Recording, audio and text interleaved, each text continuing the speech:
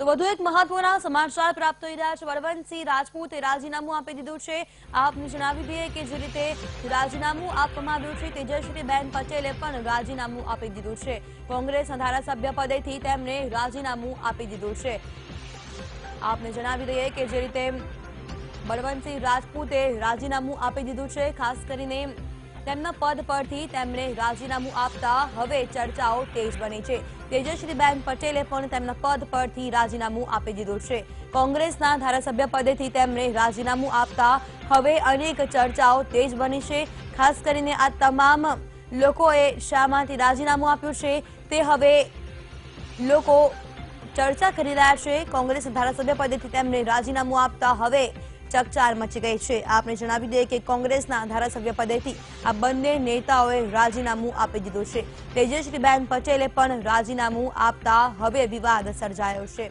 આપને જણાવી દઈએ કે આ બંને નેતાએ જે રીતે રાજીનામું આપ્યું છે, પોતાના પદ પરથી તેમણે રાજીનામું આપ્યું છે, ત્યારબાદ અનેક અટકળો તેજ થઈ ચૂકી છે। ખાસ કરીને આ બંને નેતા હવે અન્ય કોઈ પક્ષમાં જોડાઈ શકે છે કેમ તે અંગે પણ હવે ચર્ચાઓ થઈ રહી છે। આ જ મામલે વીટીવીના editor in chief Ishudan Gadhvi છે ફોન લાઈન પર। ઈશુદાન, જે રીતે આ બંને નેતાઓએ પોતાના પદ પરથી રાજીનામું આપી દીધું છે, અનેક ચર્ચાએ હવે જોર પકડ્યું છે, આનું કોઈ ચોક્કસ કારણ જાણવા મળ્યું છે કે કેમ? બિલકુલ, કોંગ્રેસના દંડક હતા બળવંતસિંહ રાજપૂત અને તેજસ્વીબેન પટેલ, આ બંને રાજીનામું અત્યારે વિધાનસભાના અધ્યક્ષ રમણલાલ વોરાને સોંપી દીધું છે। બંને એમએલએ પદથી રાજીનામું સોંપ્યું છે। બળવંતસિંહ રાજપૂત એ રાજ્યસભાના અપક્ષ ઉમેદવાર તરીકે ઉમેદવારી નોંધાવવાના છે। વીટીવીએ ગતરોજ આ અહેવાલ ચલાવ્યો હતો કે બળવંતસિંહ રાજપૂત અપક્ષ રાજ્યસભાના ઉમેદવાર તરીકે અહેમદ પટેલની સામે લડી શકે છે એમ છે। 29 ધારાસભ્યો થાય છે ભાજપના, જે બે બેઠકો સ્મૃતિ ઈરાની અને અમિત શાહને ચૂંટવા બાદ પણ વધે છે।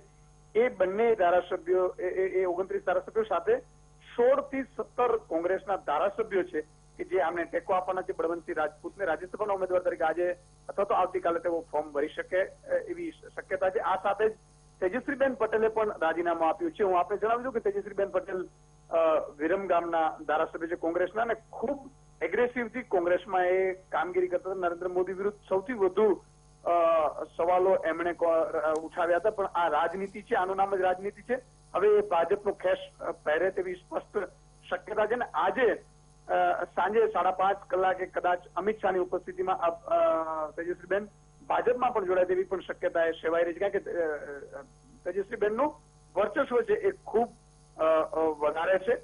અને જે રીતે હાર્દિક પટેલ સાથે કોંગ્રેસે નજીકતા કેળવી હતી, એમાં એવું સ્પષ્ટ હતું કે હાર્દિક પટેલને વિરમગામ અને આસપાસની જે બેઠકો છે એમાં ક્યાંક હાર્દિક પટેલના ચાહીતા ઉમેદવારોની પણ વાત હતી ઉભા રાખવાની, જેને લઈને તેજસ્વીબેન થોડા હતાશ હતા, અને એ સંદર્ભે ભાજપે જે ભરતી મેળો ચાલુ કરવાનો હતો એના અનુસંધાને આગામી સમયમાં મેં અગાઉ પણ આપણે વીટીવી ઉપર બતાવી ચૂક્યા છીએ કે રાઘવજી પટેલ, ધર્મેન્દ્રસિંહ જાડેજા, મેરામણ ગોહિયા સહિતના છે એ તમામ પણ જોડાઈ શકે છે ભાજપમાં।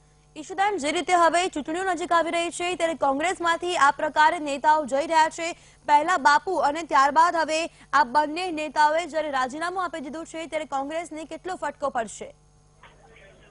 બિલકુલ, જે રીતે રાજનીતિ છે એ હંમેશા રાજનીતિમાં એક સમયનો ખૂબ જ અગત્યતા હોય છે, અને એના અનુસંધાને જ આજે જે રીતે કોંગ્રેસમાંથી જો આ 11 ધારાસભ્યો ક્રોસ વોટિંગ થયું હતું અને 11 ધારાસભ્યોની જે ક્રોસ વોટિંગ થઈ હતી એના અનુસંધાને અપક્ષ ઉમેદવારી નોંધાવી રહ્યા છે બળવંતસિંહ રાજપૂત રાજ્યસભામાં, અને જો રાજ્યસભામાં જો અહેમદ પટેલ હારે તો 24 વર્ષ બાદ રાજ્યસભામાં પહેલી વખત કોંગ્રેસના ધારાસભ્ય કોંગ્રેસના નેતા હારશે રાજ્યસભામાં।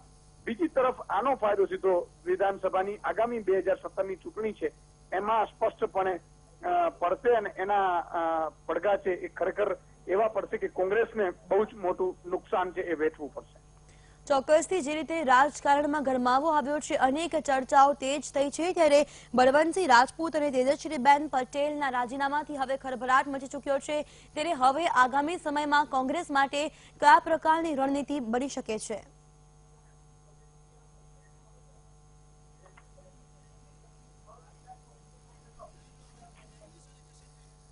બિલકુલ, તો આ જ મામલે મેહુલ દેસાઈ પણ છે ફોન લાઈન પર। મેહુલ, જે રીતે કોંગ્રેસમાં હવે ખળભળાટ મચી ચૂક્યો છે, શું કારણ છે આ બંને નેતાઓનું રાજીનામું આપવાનું?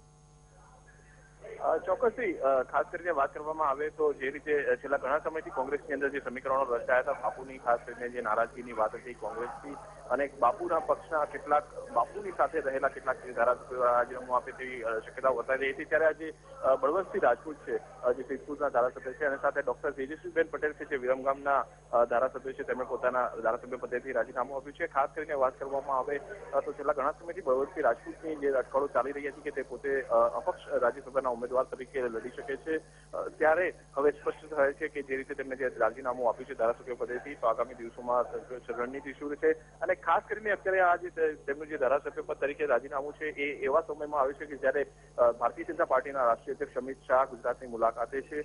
છેલ્લા ઘણા સમયથી તેઓ ભારતીય જનતા પાર્ટીના સંપર્કમાં હોવાનું પણ માનવામાં આવી રહ્યું છે।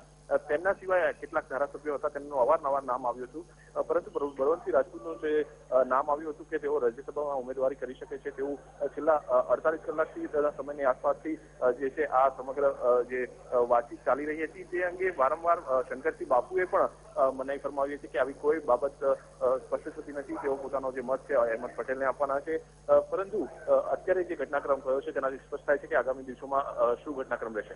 જી બિલકુલ મેહુલ, આભાર તમામ જાણકારી બદલ।